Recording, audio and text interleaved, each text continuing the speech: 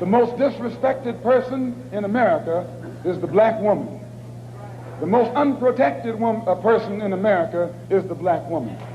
The most neglected person in America is the black woman. Jordan, I learned the most important lesson, which is probably the most dangerous lesson of all, too. The male ego is the most sensitive and most dangerous thing the world has to offer. Yes. So I was very... Just say that again one more time. Say that one the more time. male ego is the most sensitive and dangerous thing in the world. Hello everyone, it's going to be Elaine back to you with another video. This video pertains to the unfortunate unaliving of Raven Elaine Richmond, who was a community member, someone's child, someone's auntie, someone's friend, someone's community member, someone's librarian. Sending condolences to the Richmond family and families affected by DV, known and unknown. Christina Robinson made a post via Meta in which I will read in part. In loving memory of Raven Elaine Richmond, we will gather to honor and celebrate the life of our celebrated sister, daughter, aunt, and friend, Raven. Funeral services, Granberry Mortuary Chapel, 8806 Jennings, Stattion Road, Jennings, Missouri, 63136, Saturday, July 12, 2025. Visitation at 10 a.m., service at 11 a.m. All who knew and loved Raven are welcome to attend. Thank you for your continued prayers and support during this time.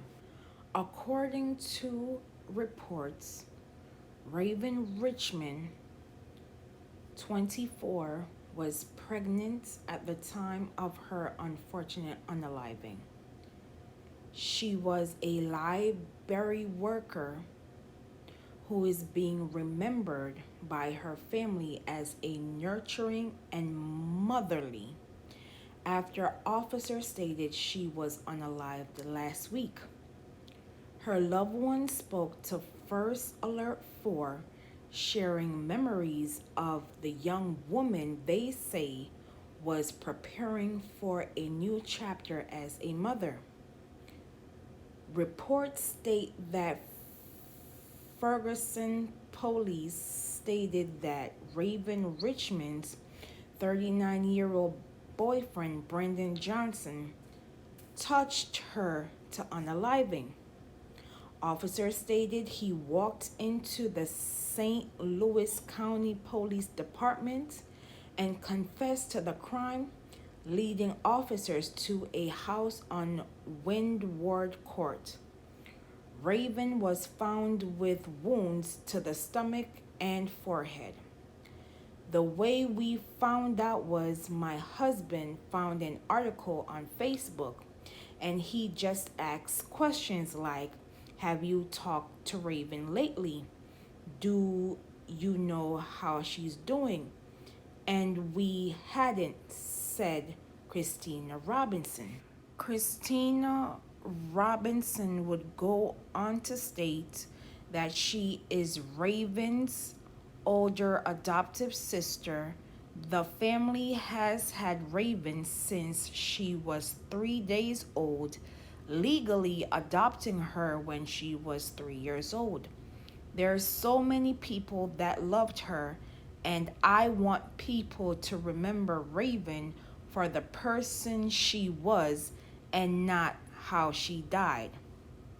The family told First Alert 4 that Richmond loved the books and helping others, qualities that made her a natural at her job at the Walnut Park Library and a role model to the children who came through its doors. Having the opportunity to work with the summer camp kids, she loved that. The book reading, helping them find what they were looking for. I think having that relationship with children really drew her to love it, said Robinson. Richmond was preparing to become a mother herself. Now those who loved her are left with grief, memories, and photos and questions. Why did this happen? And why didn't anyone warn them? He took a wonderful young woman.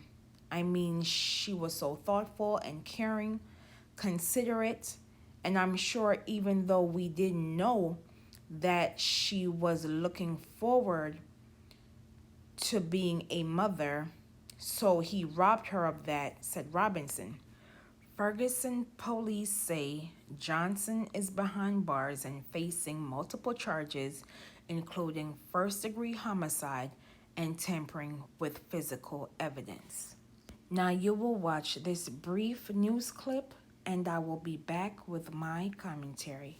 A young life cut short and a family shattered by the way they found out. What are you talking about? Raven's been murdered. 24-year-old Raven Richmond was pregnant, full of hope, with a long life ahead of her. But on Thursday, Ferguson police say her boyfriend, 39-year-old Brandon Johnson, shot her to death. Police say the next day, the 39-year-old walked into the St. Louis County Police Department and confessed to the crime, leading police to this house on Windward Court. Raven was found with gunshot wounds to the stomach and the forehead. The way we found out was my husband found an article on Facebook. And he just asked questions like, have you talked to Raven lately? Do you know how she's doing? And we hadn't. Christina Robinson is Raven's older adoptive sister. There's so many people that loved her. And I want people to remember Raven for the person that she was and not how she died. Her family says Raven loved books and helping others, qualities that made her a natural at her job as the librarian at Walnut Park Library, a role model to the children who came through those doors. Having the opportunity to work with like the summer camp kids, she loved that, you know, the book reading and helping them find what they were looking for. Raven preparing to become a mother herself. She was looking forward to being a mother. Now, those that loved her are left with grief, memories and photos, and questions. Why did this happen, and why didn't anyone warn them? He took a wonderful young woman. I mean, she was so thoughtful and caring and considerate. Ferguson police say Johnson is behind bars and facing multiple charges, including first-degree murder and tampering with physical evidence. But for this family, justice won't bring back Raven, the kind-spirited St. Louis librarian who her family says lit up every room she went into. She's very smart. The world has lost something with Raven. Raven did everything right. Again, sending condolences to Raven Elaine Richmond's family during this difficult time. I can't even begin to imagine what this family is feeling of losing a child, a sibling, an auntie, a friend, a community member. It's clearly obvious that the defendant in this case, Brandon Johnson, wanted to end 2 lives, one of which is Raven Elaine Richmond and their unborn child. What does a 39-year-old have in common with a 24-year-old? Make that make sense. It's clear that this monster, Brandon Johnson, yes, I said it, monster, preyed upon Raven Elaine Richmond, who is 24 years old. Yes, Miss Richmond is of legal age. But let me connect the dots. Miss Richmond, yes, has family, but the report indicated that she had an adoptive family, not blood family, which was emphasized in the report, which leads me to believe that he used this against Raven Elaine Richmond as a way to staying with him.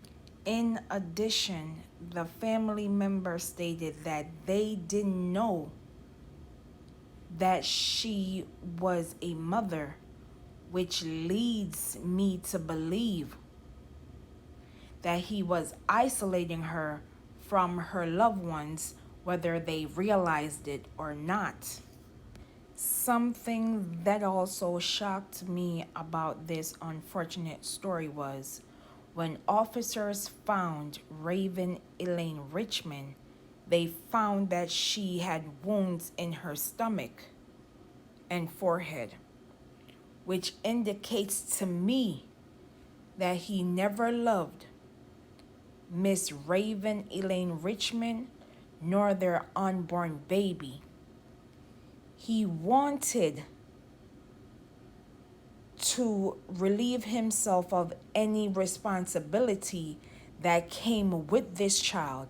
And because Miss Richmond stood on business by keeping said child, extending his legacy, and possibly putting him on child support in the event they break up, he wanted to ensure that if he could not have his way with her, then no one else will, and the baby had to suffer as a consequence because he could not control his ego. I've said this before and I will say it again. There are persons out here who will court you, who will date you, who will marry you, and yes, have children with you just to harm you when the opportunity presents itself. The op is not always outside. At times, you're literally sleeping with the enemy who wants to humble you, who wants to bring harm to you and anyone else who you know and love. At times, the enemy hates the value you bring. Again, value does not always equal to money or making financial decisions. It can mean you bring value for emotional support, having your name attached to an organization or an entity, which brings respect and admiration. According to the Black Burn Center organization, an estimated 40% of Black women will experience DV in their lifetime. And unfortunately, 56% of these homicides were committed by a current or former partner. The majority of the homicides of pregnant women in the U.S. are at the hands of an intimate partner with a weapon. Black women are 3 times likely to be unalived by their partners around the time of their pregnancy compared to white or Hispanic women. According to the Mass General Brigham, of the 21 million assault-related injury visits, an estimated 15% occurs during the holiday season, and an 85% during non-holidays. New Year's Eve was the highest for intimate partner violence and altercations, followed by St. Patrick's Day, Independence Day, and Labor Day. Victims may be more vulnerable to violence due to prolonged or increased contact with family and friends, alcohol consumption, financial stress, or unique challenges during the holiday period. According to The Guardian, in 2020, homicides increased nearly 30% nationwide that year. The rate for black women and girls rose 33%, a sharper increase than for every demographic except for black men, and more than doubled that of white women. The unfortunate unalivings of black women and black girls increased across age groups from school-age children to senior citizens. According to another study conducted by Lancet, found the homicide rate among black women between the ages of 25 and 44 years old increased by 73% between 2014 and 2020. And according to the DV Hotline organization, on average, it takes a victim at least 7 times to leave before staying away for good and exiting the relationship is most unsafe for a victim. I'm going to repeat this one more time. According to the DV Hotline organization, it takes a victim 7 times to leave before staying away for good, and exiting the relationship is the most unsafe time for a victim. And this is why we must listen to victims of DV and not dismissing or disregarding their allegations as it pertains to abuse. We must be mindful that our words do have an effect on others, and we must support them during this difficult time. Again, how many more persons are we willing to lose before we say enough is enough? When are we going to ring the alarm when these allegations come to pass? Are we going to continue the norm of doing nothing? When are we going to listen to black women? When are we going to believe black women? When are we going to protecting black women? It should not only be a slogan, it should be something that we are actively doing in private as well as in the public. I will leave in the comments and description below for organizations and hotlines as it pertains to DV. Silence is no longer an option. Protect black women, known and unknown. Protect black mothers, known and unknown. Say their names. Say her name. Raven Elaine Richmond. Justice for Raven Elaine Richmond. And as always, please be safe out here. And I will see you in the next video.